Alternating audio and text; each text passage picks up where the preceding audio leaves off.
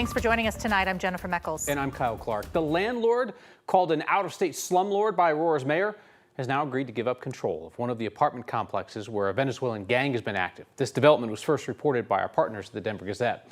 We're talking about the Aspen Grove property, which was shut down by the city last month. According to documents the Gazette obtained under Colorado's open records law, the city of Aurora has agreed to drop dozens of charges against the owner, Zev Baumgartner, for failing to maintain that property at 1568 Nome Street. In exchange, Baumgartner has agreed to waive his right to a speedy trial, and Nome Partners LLC has agreed to sell or lease that property and pay up to $60,000 of the cost to clean up and secure the complex. The Gazette reports the agreement said that the apartment's owners may then re-tenant the building, move people back in as long as it's up to code. The landlord blamed the Venezuelan gang Tren de Aragua for taking over the property. The city insisted it was actually years of neglect from the landlord. One person had to go to the hospital tonight after a fire at a multi-family apartment complex in Denver. Crews were called out to the building near East Alameda Avenue in South Clinton around 6:30 tonight. When they got there, they found heavy smoke coming from a first-floor unit. Firefighters rescued one person from that unit. That person went to the hospital, and 3 others were treated on scene for breathing in smoke. Fire's now out, but the cause is under investigation. After a short break from the heat this week, Mother Nature's cranking it right back up this weekend. Forget that little tease of fall. The heat will stick around for a little bit now. Corey Rebenhagen, what say you on that front? Yeah, we're just going to crank it up just a little bit. We're still going to be just below the 90s most likely. Take a look at the forecast high temperatures. We could briefly hit 90 in some of the area, Front Range, Eastern Plains, but in general, this will be more of an upper 80s kind of day. Classic early September stuff here for you. 60s and 70s up in the mountains tomorrow. Here's your timeline going through Denver. We're going to have lots of sunshine early, a few more clouds showing up in the afternoon hours, topping out 86, 87 degrees here in the Denver metro area. So here's your impact headlines. Not huge breaking headlines here. It's going to be a warm, sunny, and dry weekend for us, and summer will be hanging on to us here as we go through the next 7 to 8 days. Above average temperatures, not a lot of precipitation except in the mountains. We'll have some showers, just isolated chances as we go through the week. I'll talk about all that stuff coming up in the forecast in just a few minutes. Today, a jury in Boulder heard more testimony from survivors of the King Soopers shooting. 10 people died in that attack back in March of 2021.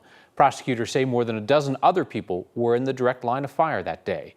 Today, the jurors heard about surveillance videos, cell phone records, gun purchases.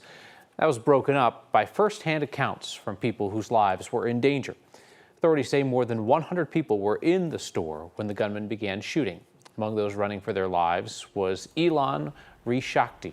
As she reached a set of doors, she fell, breaking a vertebrae in her back. For a time, she couldn't move. And I thought, okay, God, I think this is really it. And there's nobody here to help me get up. But I could still hear the shots. Testimony will begin again on Monday morning. The accused shooter has pleaded not guilty by reason of insanity.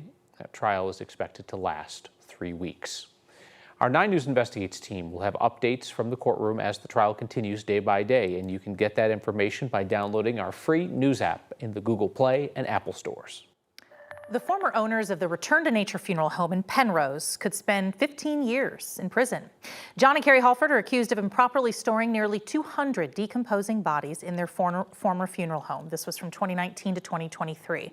They're facing federal charges for wire fraud.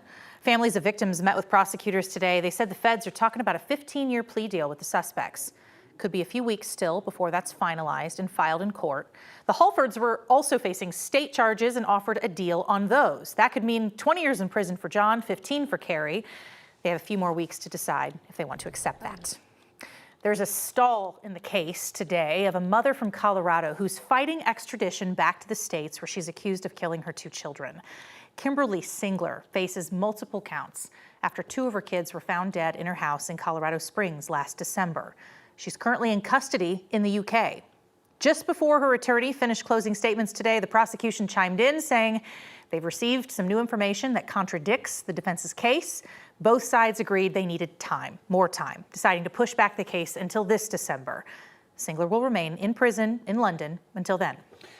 Tonight, police are looking for a man who attacked a teenager at a gas station in Greeley. The boy's mother says it happened August 25th when her 14-year-old went to Sarah's Market to buy chips.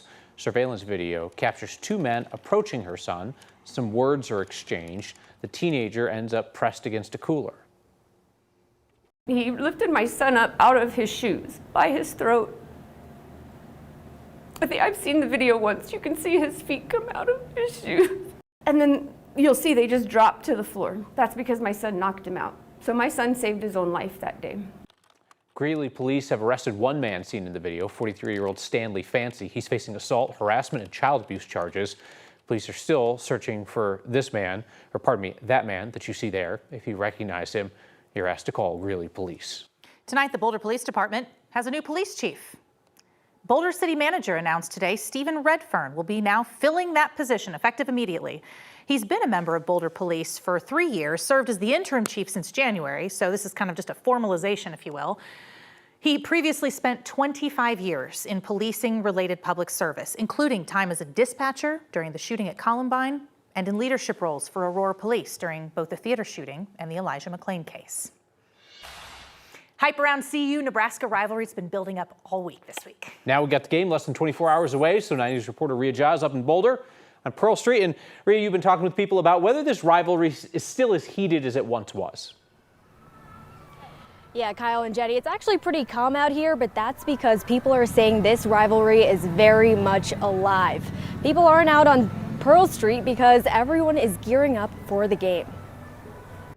The CU-Nebraska weekend is one that everybody looks forward to. On one of the biggest weekends for CU football, the fans are missing from Pearl Street. It's actually quite peaceful.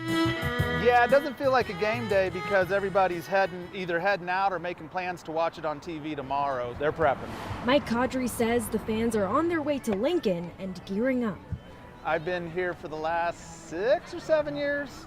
It's hard to tell in hot dog time. That rivalry is probably the biggest rivalry that, in my opinion, CU has. Even in hot dog years, one thing about this weekend remains tried and true. Yeah, I think Nebraska CU is a part of both schools' history. It's an epic rivalry, and I don't think it will ever, even if we don't play each other, it will never not be a thing. Angie Schwang has been a professor here as long as Caudry has worked the hot dog stand. She knows this weekend might be even more important than all the other ones. I think they really, really want to win this game.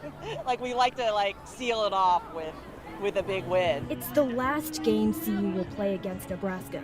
For now. I bet they find a way to play each other again. Even though the fans aren't on Pearl Street right now, Caudry says he's waiting for the dub. We'll probably get pretty rowdy, and we'll definitely be selling some hot dogs. You know what they say, last one, best one. So for the sake of this football program's dignity and Mike Caudry's hot dog stand over here, we are praying for a CU win tomorrow. Reporting live in Boulder, Rhea Jha, 9 News. Our sports team is on the road for rivalry weekend. We'll have teams in Lincoln, Nebraska, where Coach Prime and the CU Buffs will take on the Cornhuskers tomorrow night. Julissa Arizari has that. Call it the calm before the storm. All is quiet outside of Memorial Stadium tonight, but you better believe the Buffs are ready to face the Huskers tomorrow night. Now, this is a matchup a lot of people have been waiting for a while, and it may be the last one we get for quite some time. Buffs fans out and about today reflected on the good and bad battles these two teams have had over the decades. Overall, CU's record against Nebraska is 21-49 with 2 ties. But CU has won the last 3 games. CU fans in Lincoln today tell us this may be a tough game, but they believe the Buffs will pull it off. And it's just something about beating up on your neighbor. And I think it's been like 5,032 days since Nebraska's beaten Colorado.